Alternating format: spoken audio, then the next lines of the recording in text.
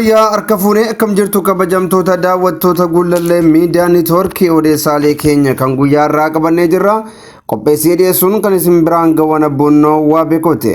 Isinis hanga xumura sagantaa kiyyaatti akkana faana turtan kabajaan isin affeera. Kabajamtoota daawwattoota Gullallee Miidiyaa Neetwoorkii sababa dhibee nu mudateetiif sagantaan keenya guyyoota 7 oliif addaan citee turuun isaanii yadatama. Kanaanis maamiltoota keenya irraa fagaachuu keenyaaf gamanumaan dhiifama isin gaafanna, dhiifama nu godhaa isiniin jenna. Kanaan booda sagantaan keenya yeroo isaanii eeggatanii kan itti fufan ta'a. Odeessaalee keenyatti dabarra.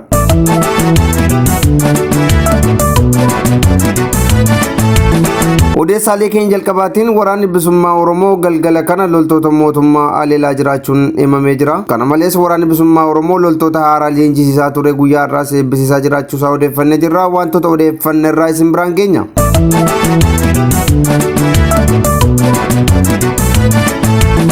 Gama biraatiin imbaasiin Ameerikaa Finfinnee jiru dhimma ajjechaa Walloo irratti raawwatamaa jiruuf ibsa baaseera. Kanaanis mootummaa Itoophiyaatii fi qaamolee hundumaas akeekkachiisee jira. Kanas wantoota qindeeffanne irraa isin biraan geenya.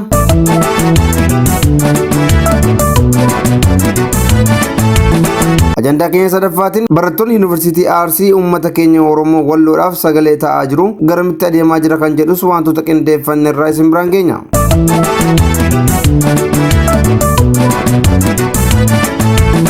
Maturee keenya dhumaatiin naannoon Tigraay mootummaa naannoo Amaaraa akeekkachiisuu isaas odeeffannee jirra. Maalii fi akkamitti kan jedhus wantoota qindeeffanne irraa isin biraan geenya. Irra deebiin akkam jirtu kabajamtoota daawwattoota Gullallee Miidiyaa Neetwoorkii. Waraanni bilisummaa Oromoo galgala har'aa loltoota mootummaa irratti aleellaa banuun tarkaanfii irratti fudhachuus odeeffannee jirra. Waraanni bilisummaa Oromoo zoonii lixaa keessa socho'u godina Horroo Guduruu Wallaggaatti aleellaa humnoota mootummaa irratti raawwateen injifannoo argadheera jechaatee jira. Godina Horroo Guduruu Wallaggaa aanaa Amuruu keessatti waraanni bilisummaa Oromoo loltoota mootummaa sakatta'insa waraana bilisummaa Oromootiif adeemaa turan irratti aleellaa raawwachuudhaan miidhaa guddaa irraan ga'uun odeeffamaa jira. Akka odeessi keenya gamasiirraa bahee mul'isutti waraanni bilisummaa Oromoo loltoota mootummaa sakatta'insa irra jiran guyyaa waaree keessa aleellaa irratti raawwateen loltoota mootummaa hedduu du'aan adabuu fi kanneen biroos madeessuusaa odeeffanneeti jira. Waraanni mootummaa godinaalee hundumaa Oromiyaa keessatti argaman maraa keessatti sakatta'insa maqaa waraana bilisummaa Oromoo jedhuun bosona keessa deemuudhaan qaamolee nageenyaa naannoo hidhattoota gandaa poolisii idilee dabalachuudhaan akkasumas namoota oduu funaanan gargaraa ijaarrachuudhaan bosona keessa deemaati jiru. Kanaanis waraanni bilisummaa Oromoo haxxee hidhuudhaan aleellaa isaan irratti raawwateen deebii qubsaa isaaniif kennaa jira jedhameeti jira. Kanaanis guyyaa har'aas godina Horroo Guduruu Wallaggaa aanaa Amuruu keessatti waraanni bilisummaa Oromoo guyyaa har'aa waaree kana jechuudha aleellaa irratti raawwateen loltoota mootummaa hedduu barbadeessee jira. Guutuu gabaasa kanaa miidiyaan waraana bilisummaa Oromoo har'aatti biyyoolessa Oromiyaa akkuma gabaaseen kan deebinee isin biraan geenyu ta'a. Kana malees waraanni bilisummaa Oromoo loltoota haaraa leenjisiisaa turuun isaanii yaadatama. Guyyaa kaleessaas kibba baha Oromiyaatti loltoota hedduu eebbisiisuun isaa kan yaadatamudha. Haaluma kanaanis guyyaa har'aa miseensota haaraa eebbisiisaa jira waraanni bilisummaa Oromoo. Waraanni bilisummaa Oromoo zoonilee kibbaa fi zoonilee lixaa keessatti loltoota haaraa leenjisiisaa akka jiru odeeffanneeti jirra. Waraanni bilisummaa Oromoo sagantaa lolaa leenji'uu leenji'aa loluu jedhu qabachuudhaan guyya guyyaatti zoonilee waraana bilisummaa Oromoo hundaa keessatti miseensota isaa haaraa leenjisiisaa ture eebbisiisaa jiraachuun isaas kan beekamudha. Guyyaa kaleessaas loltoonni kibba baha Oromiyaatti heddumminaan eebbifamuun isaanii kan yaadatamudha. Guyyaa har'aas waraanni bilisummaa Oromoo loltoota haaraa eebbisiisaa akka jirudha kan odeeffannoo nu ga'e. Akka odeeffannoo keenyaatti zoonilee lixaa fi zoonii kibbaa keessatti waraanni bilisummaa Oromoo guyyaa har'aa loltoota haaraa leenjisiisaati jira. Waraanni bilisummaa Oromoo leenjii loltoota isaatiif kenne kana ifaaf ifatti karaa miidiyaa isaa waan hin baafneef nus bakka isaa ibsurraa of qusanneeti jirra. Odeeffannoo nuti ilaannus tarii daandiirraa yoo maqee waraanicha irratti dhiibbaa uumuu waanta danda'uuf bakkaa fi iddoo isaa ibsurraa qusanneeti jirra. Guutuu gabaasa kanaa hoggaa waraanni bilisummaa Oromoo viidiyoof suur-sagaleedhaan bakkicharraa gadi lakkeessunus kan isin biraa geenyu ta'a. Ammasitti garuu zoonilee lixaa fi zoonilee kibbaa keessatti guyyaa har'aa waraanni bilisummaa Oromoo eebbarra akka jiranudha kan odeeffanne. Kanaafis guutuu gabaasa kanaa akkuma ayyama guutuu arganneen kan isin biraan geenyu ta'a.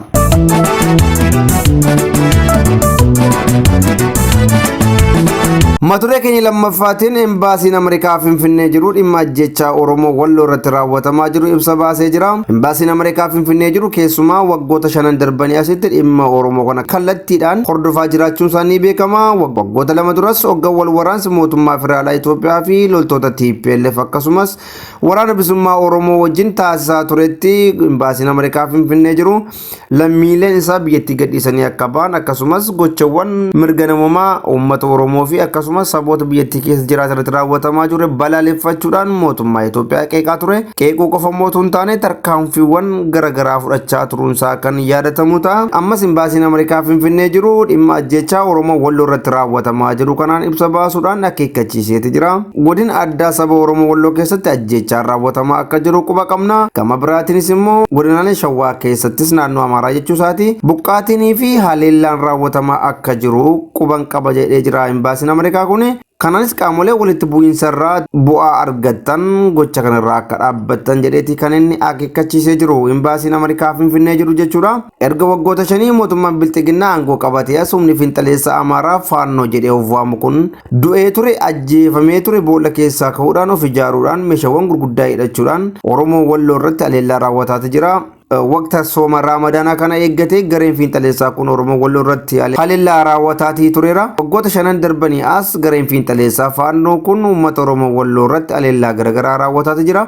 Keessumaa immoo waqta soomanaa eeggate haleellaa gareen kun raawwatuun Oromoo Walloo hedduu miidhamaa jira. Oromoon Walloo rakkoowwan hedduu qaba. Rakkoo Oromoon Walloo qabu keessaa inni tokko Oromoo saba isaarraa daangaa Oromiyaarraa achi fagaate gareen fiinxaleessaa kun kaartaadhaan gidduu seenuudhaan Oromoo Walloo fi Oromoo Oromiyaa addaan kutuu isaati. Oromoon akka garaa isaatti hidhannoonis ta'e maalinuu Oromoo Walloodhaaf akka hin birmanne taasisee jira.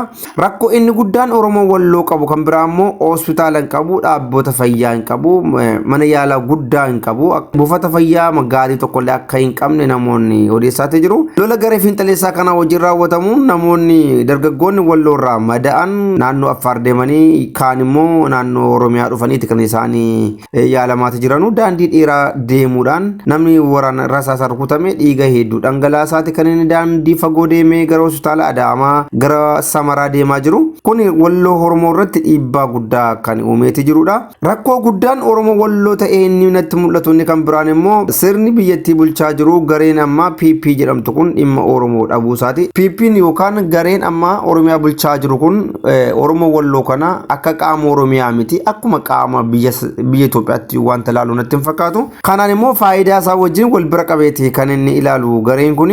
Gareen tokkoffaan garee fiinxaleessa Amaaraatiin butamee waan jiruuf dhimma Oromoo dubbachuu hin danda'u. Garee kaan immoo wal waraansa mootummaa Tigraay wajjin taasifame irratti aanolee Walloo keessatti argamu hedduun waraana bilisummaa Oromoof tumsan jedhee waa'ee yaaduuf mootummaan Itoophiyaa Walloo irraa dhimma hin qabu. Keessumaa PP'n Oromiyaa immoo waa'ee dhimma Walloo kana takka kaastees hin dubbachuu qofa yommuu miti waa'ee Walloo kanayyuu wanta yaadan natti hin fakkaatu. Kanumaanis Oromoo Walloo rakkoowwan kana keessatti kufeeti kan inni diinaan waggaadhaan diinaan haleelamaati jiru.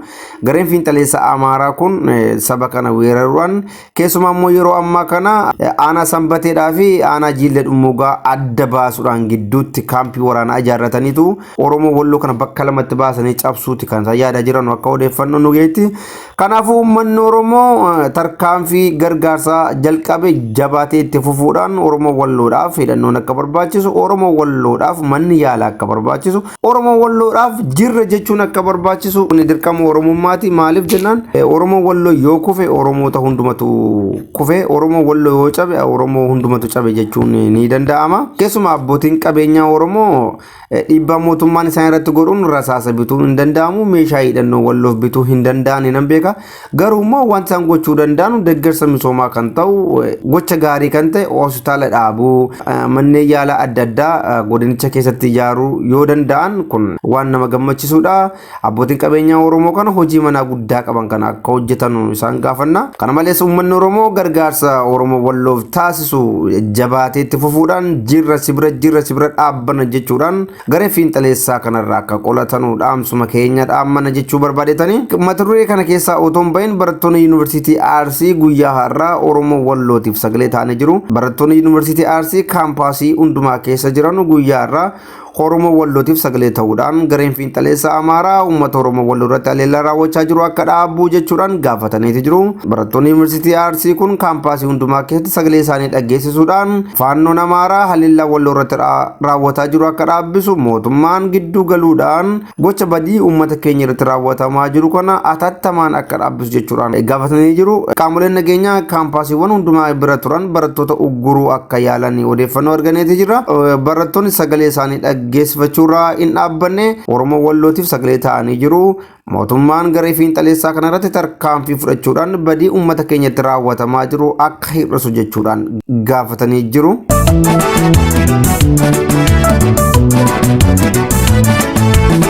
Bilxiginnaan Oromiyaa hedduu gaachana sirnaa jechuudhaan dargaggoota manneen leenjii garaagaraa keessatti guura akka jirtu himamaati jira. Dargaggoonni guuraman kunneen umuriidhaan qaama irrataa yookaan qaama guutuutuun jedhamee addan baafamin dargaggootuma qofa waan ta'aniif ganda gandarraa walitti qabamuudhaan gara mooraa leenjiitti ergamaa akka jiran odeeffaneeti jira.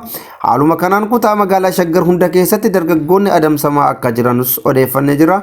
Kutaa magaalaa Shaggar kana keessatti baatiiwwan muraasa dura caasaan mootummaa eegdota nageenya magaalaa jechuudhaan dargaggoota walitti gurmeessee isaan ijaaree ture. Dargaggoota gurmaan kana keessatti namoonni gurguddaanis dubartoonnis akka jiran odeeffannee jira. Haa ta'u malee yeroo sana mootummaan Itoophiyaa akka dargaggoota kana ijaareef nageenya magaalaa keessanii halkan roondii dhaabbatanii eegdu jechuudhaan dargaggoota kana ijaareeti jira. Kanaanuu dargaggoonni yeroo baay'ee roondii eegaati turanii daandii itti ba'anii magaalaa isaanii eegaa turanii. Shaneen bulchiinsa magaalaa Shaggar to'achuudhaaf tarkaanfii fudhachaa jirti jechuudhaan sochiirra jirti jechuudhaan mootummaan Itoophiyaa dargaggoota kana ijaaruudhaan hojiitti akka isaan galchanii beekama. Haa ta'u malee yeroo ammaa kana mootummaan Itoophiyaa dargaggoota ofiisaatii ijaaree nageenya magaalaa eegdu jechaan ture kana gara mooraa leenjiitti ergaa akka jiru odeeffanneeti jirra. Yeroo ammaa kana naannoo Oromiyaa godinaalee hundumaa keessatti aanaa keessatti sochiin kun jabaatee kan itti fufee jiru ta'uusaa odeeffannee jirra. Keessumaa ganda tokkorraa namni 400 eegduu gaachana sirnaa jedhamuudhaan mooraa leenjiitti ergamaa akka jiru kan odeeffanne. Ganda tokkorraa nama 400 jechuun lakkoofsa baay'ee guddaadha. Fakkeenyaaf aanaan gandoota 25 qabdu ni jirti. Gandoota 25 baay'isuu 400 gaafa jennu aanaan tokko loltoota hedduu yookaan dargaggoota hedduutu aanaa sana keessaa gara mooraa leenjii waraanaa deemaa jira jechuudha.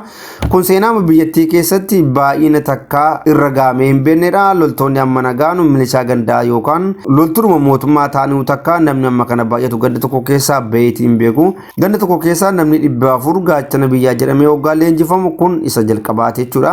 Mootummaan Itoophiyaa yeroo ammaa kana lubbuu dargaggootaa akka mokoroonii yookaan paastaatti waan ilaalu natti fakkaata. Lubbuun dargaggoota 100 yoo bade akka waan paastaan kiiloon tokko yookaan mokorooniin kuntaale 100 badeetti ilaala malee lubbuu namaati jedhee tilmaama kennaaf waan hin jirre natti fakkaata mootummaan Itoophiyaa. Kanaanis lubbuun namaa biyyattii keessatti gatii dhabuudhaan dargaggoonni waraanaan waadamaatii jiru. Mootummaan Itoophiyaa dargaggoota manneen barnootaarraa kolleejjiiwwan yuunivarsiitiiwwan akkasumas daldalarraa qabuudhaan gara mooraa leenjiitti erguudhaan gaachana sirnaa poolisii addaa akkasumas raayyaa ittisa biyyaa jechuudhaan dargaggoota goolaati jira. Kanaanis lafeen dargaggoota biyya gatii hin qabneef keessumaa immoo biyya Oromiyaaf hin taaneef dargaggoonni gatii lubbuu baasaa jiru jechuudha.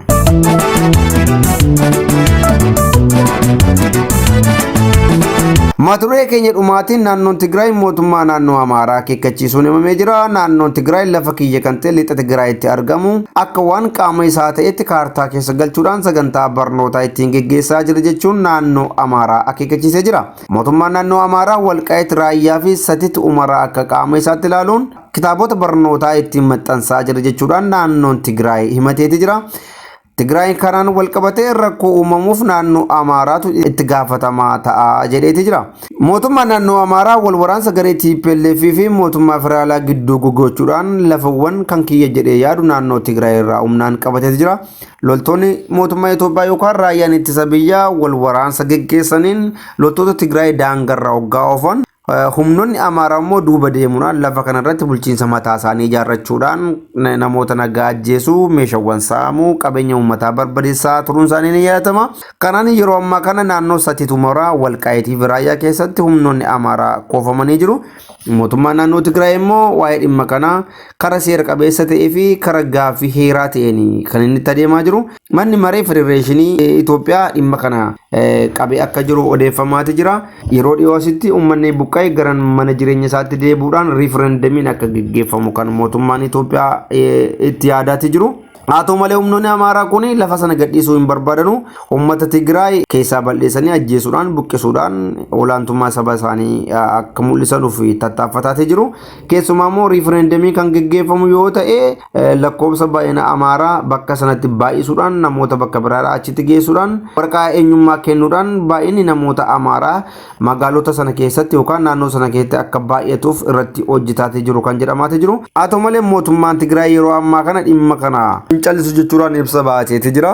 Mootummaan naannoo Amaaraa lafa kiyya kan ta'e kaartaa itti baasuudhaan sagantaa barnootaatiif kitaaba itti maxxansaa jira. Kun immoo dubbii barbaacha jechuudhaan akeekkachiisee jira.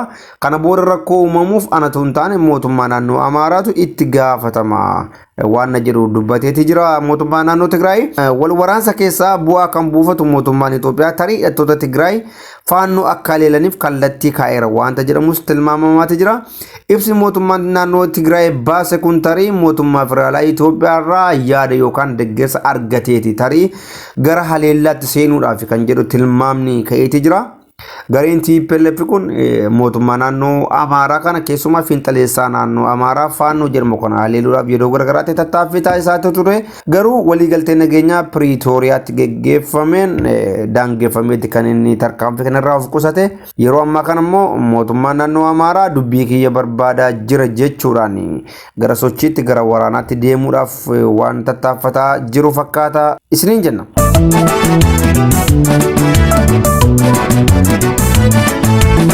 Ayyaanni kabajamtoota daawwattoota Gullallee Miidiyaa Neetwoorkii odeessaaleen keenya kan guyyaa irraatiif qabanne kanneen hangasii turanii qopheessee dhiyeessuun kan isin biraan ga'e ana Boonnoo Waabeekooti. Isinis qophiileen keenya yeroo hundumaa akka isin bira ga'aniif toora YouTube Gullallee Miidiyaa Neetwoorkii subscribe share like gochuu hin dagatinaa isiniin jenna. Gama biraatiin fuulli YouTube Gullallee Miidiyaa Neetwoorkii subscribeota yookaan maamiloota 10,000 waan horateef maamila keenya waan taataniif galatooma. Gara fuulduraattis dhimma Oromoo irratti hojjechuudhaaf tattaaffii gochaa jirru kana akka milkeessinuuf nu gargaaraa nu jajjabeessaa isiniin jenna. Waan nu daawwattaniif galatooma.